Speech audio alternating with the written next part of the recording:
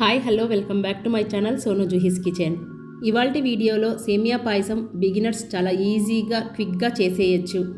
ముందుగా స్టవ్ పైన ప్యాన్ పెట్టుకొని 3 టేబుల్ స్పూన్ నెయ్యిని వేసుకొని నెయ్యి వేడయ్యాక జీడిపప్పు పలుకులు, సన్నగా కట్ చేసి పెట్టుకున్న 10 బాదం, మీరు కావాలంటే ఈ ప్లేస్లో ఎండు కొబ్బరిని కూడా సన్నగా కట్ చేసుకొనైనా వేసుకోవచ్చు.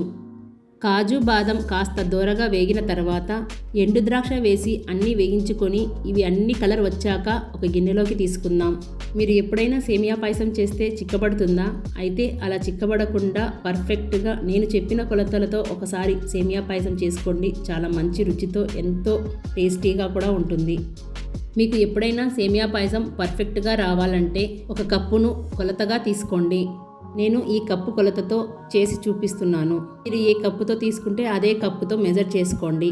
ఇప్పుడు ఇదే నెయ్యిలో 1 కప్పు సేమియాని వేసి ఫ్లేమ్ని సిమ్లో పెట్టుకొని మాడకుండా బాగా ఎర్రగా వచ్చేంత వరకు వేయించుకోవాలి.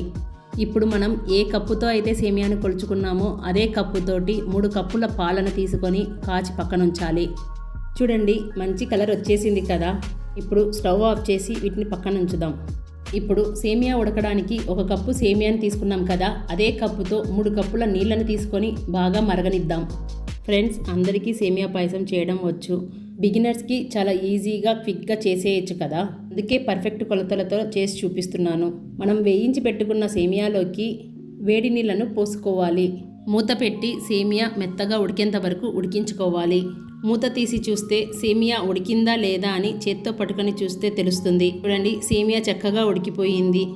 ఇలా ఉడికిన ఈ సేమియాలోకి కాచి పెట్టుకున్న పాలను ఇందులో వేసుకొని ఫ్లేమ్ని సిమ్లో పెట్టుకొని ఒకసారి బాగా కలిపి 1 కప్పు సేమియాకి 3/4 కప్పు అంటే 3/4 కప్పు పంచదార తీసుకుంటే సరిపోతుంది.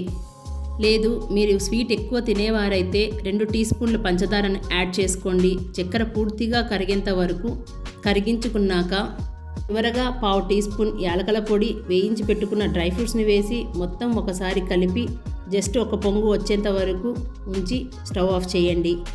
ఇప్పుడు కాస్త పలుచగా కనిపిస్తుంది కదా, చల్లారిన తర్వాత కొంచెం చిక్కబడుతుంది. మీరు ఎప్పుడైనా సేమియా పాయసం చేయాలనుకుంటే నేను చెప్పిన కొలతలతో చేయండి, పర్ఫెక్ట్గా వస్తుంది. ఎవరైనా ఈజీగా చేసుకోగలరు. ఈ వీడియో మీకు నచ్చినట్లయితే ప్లీజ్ సోను జుహీస్ కిచెన్ని సబ్స్క్రైబ్ చేయండి. మీ ఫ్రెండ్స్ రిలేటివ్స్కి షేర్ చేయండి. మీకు ఎలా కుదిరిందో కామెంట్ చేయడం అస్సలు మర్చిపోకూడదు. అంతవరకు బాయ్ ఫ్రెండ్స్.